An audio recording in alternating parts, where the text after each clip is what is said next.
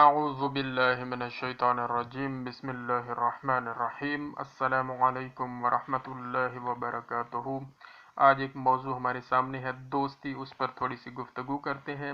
فرمان مبارک حضرت سلیمان علیہ السلام ہمارے سامنے ہے۔ فرماتے ہیں دولت بہت سے دوست پیدا کرتی ہے مگر مسکین اپنے ہی دوست سے بیگانہ ہے، بلکہ مسکین کے بھائی بھی اس سے کینہ رکھتے ہیں۔ تو یہ ہمارے سامنے یہ حقیقت ہے جو موجود ہے۔ اور حضرت سلیمان علیہ السلام کا ایک اور فرمان مبارک ہے کہ جب انسان کی روش اللہ کی مرضی کے مطابق ہوتی ہے تو وہ دشمنوں کو بھی دوست بنا لیتا ہے۔ جب انسان کی روش اللہ کی مرضی کے مطابق ہوتی ہے تو وہ دشمنوں کو بھی دوست بنا لیتا ہے۔ حضرت امام علی علیہ السلام کا فرمان مبارک موجود ہے جی، دوستی ایک خود پیدا کردہ رشتہ ہے۔ دوستی ایک خود پیدا کردہ رشتہ ہے۔ بے شک اسی میں کوئی شک نہیں کہ باقی رشتے اللہ پاک ہی ہمیں بنا کر دیتا ہے۔ ماں باپ کا رشتہ، بہن بھائیوں کا رشتہ، چاچا ماموں اور باقی جتنے بھی رشتے موجود ہیں سب اللہ تعالیٰ کی طرف سے بنائے ہوئے ہیں۔ ایک رشتہ انسان یہاں آ کر خود بناتا ہے اور وہ ہے دوست کا رشتہ۔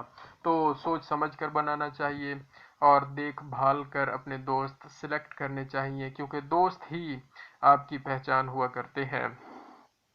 امام حسن مجتبی علیہ السلام کا فرمان مبارک موجود ہے، عادل کہلانا چاہتے ہو تو جو شخص تمہارا دوست بننا چاہے اس کے دوست بن جاؤ۔ تو یہ ایک معیار بتا دیا ہے مولا امام حسن مجتبی علیہ السلام نے کہ عادل کہلانا چاہتے ہو تو جو شخص تمہارا دوست بننا چاہتا ہے اس کے دوست بن جاؤ، یعنی آپ بھی مخلص ہو جاؤ اس کے ساتھ، اور وہ تمام حقوق جو دوست کے حقوق ہیں وہ ضرور ادا کریں۔ تو حقوق دوست پر ایک ویڈیو موجود ہے اور بہت ساری چیزیں موجود ہیں، وہ دیکھی جا سکتی ہیں۔ اسی طرح ایک اور فرمان مبارک حضرت حسن بصری رضی اللہ تعالی عنہ کا موجود ہے۔ فرماتے ہیں یاد رکھو جو شریر لوگوں سے دوستی رکھے گا وہ اپنی شرارت نفس کے ماتحت ہوگا، اور اگر اس میں بھلائی اور نیکی ہوگی تو وہ اخیار کے ساتھ ہی دوستی کو ناپسند کرے گا۔ تو مولانا روم رحمت اللہ علیہ کا ایک فرمان مبارک موجود ہے، دوستی تمہیں یہ اختیار ہرگز نہیں دیتی کہ تم اپنے دلی دوستوں کو برے لفظوں سے یاد رکھو۔